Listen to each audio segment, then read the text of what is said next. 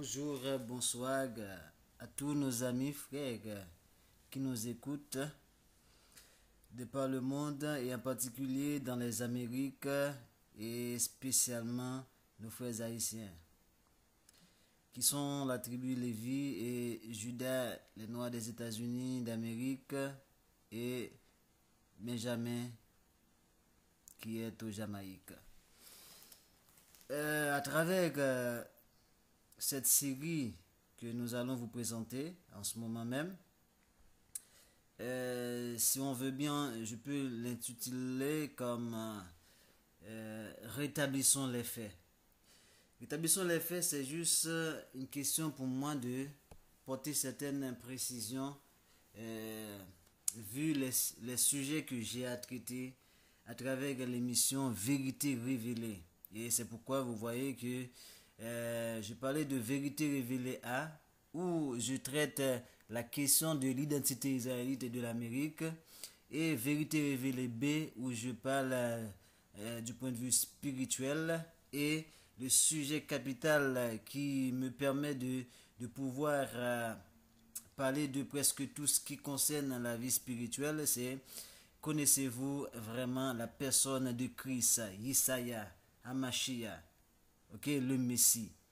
Donc, ces deux sujets sont des sujets vraiment tabous qui peuvent porter les gens à dire du n'importe quoi, à penser du n'importe quoi. C'est pourquoi nous n'avons aucun problème à ce que les gens commentent nos études que nous faisons à travers Internet.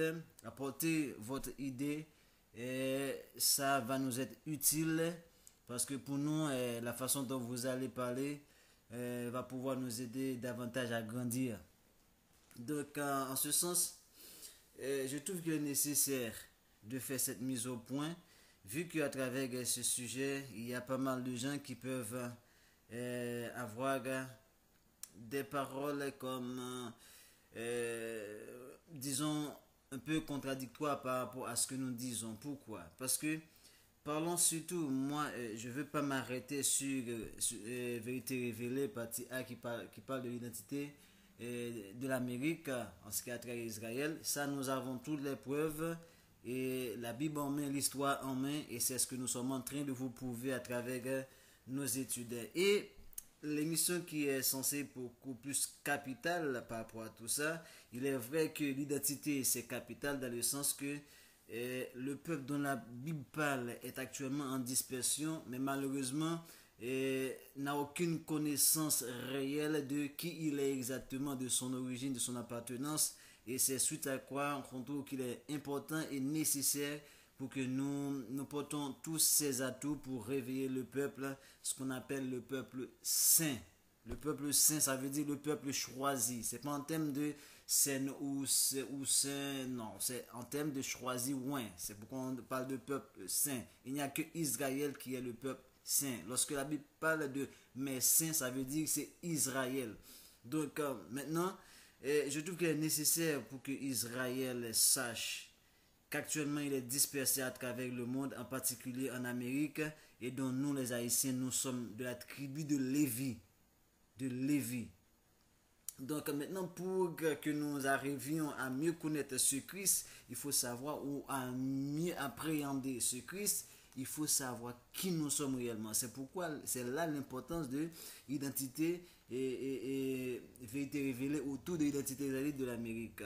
Suite à ça, nous ramène à parler de Christ. Oui, parler de Christ.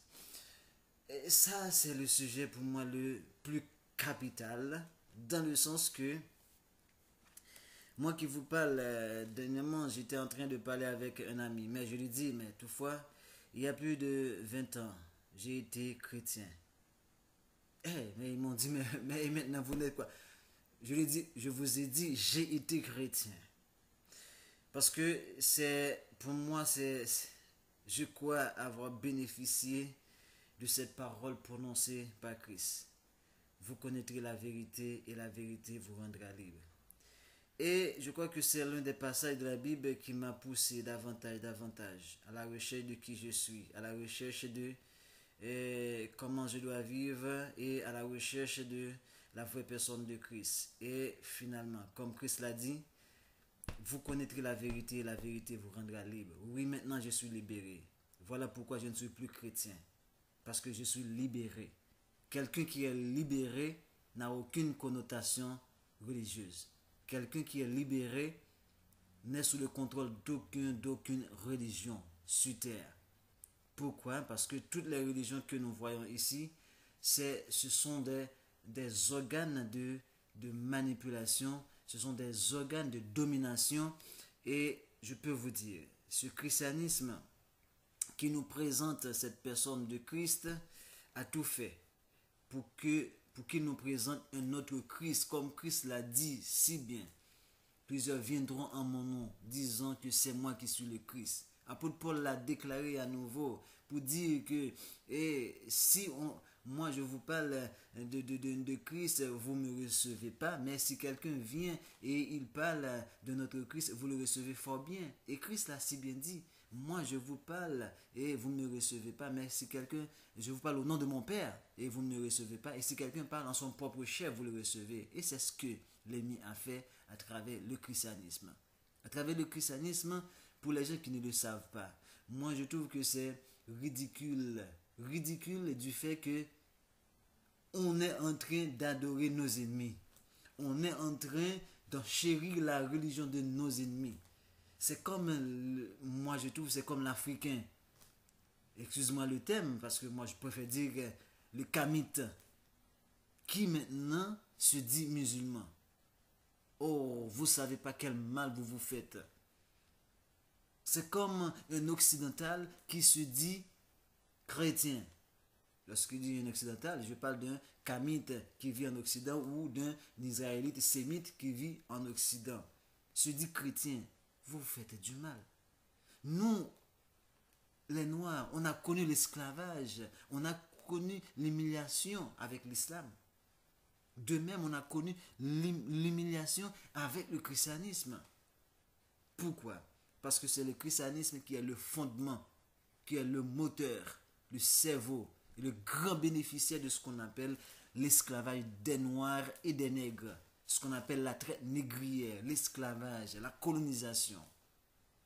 Et c'est tout ça que je vais voir avec vous à travers l'émission Identité israélite de l'Amérique et également à travers connaissez-vous vraiment la personne de Christ. Je vais vous apporter des preuves de tout ça.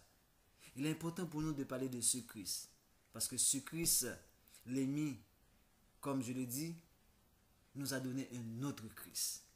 Mais malheureusement, on a plein de gens qui se disent être libérés, qui se disent détachés de ce système, mais qui encore prônent les mêmes éléments de ce système. Élément capital, c'est le fait de parler de Christ en tant que Jésus.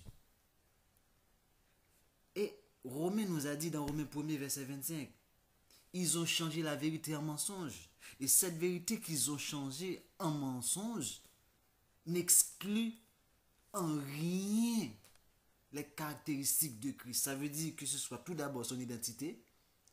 La première identité d'une personne, c'est son nom. Ils ont commencé par le nom. Ils ont changé le nom.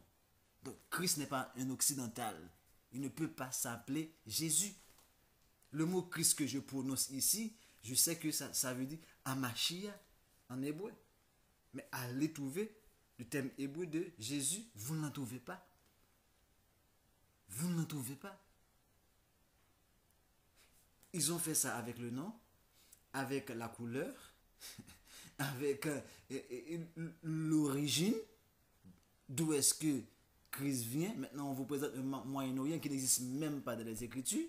Moyen-Orient, un terme inventé en 1939. Or, Christ, lui, est de la tribu de Juda, qui est au cœur de l'Afrique. Maintenant, il nous présente un autre Christ, un blanc, aux cheveux noirs, alors que la Bible nous dit que Christ est un homme noir, aux cheveux blancs. Voilà, c'est écrit. Apocalypse 1er, verset 14 et 15. Et il nous présente un autre Christ.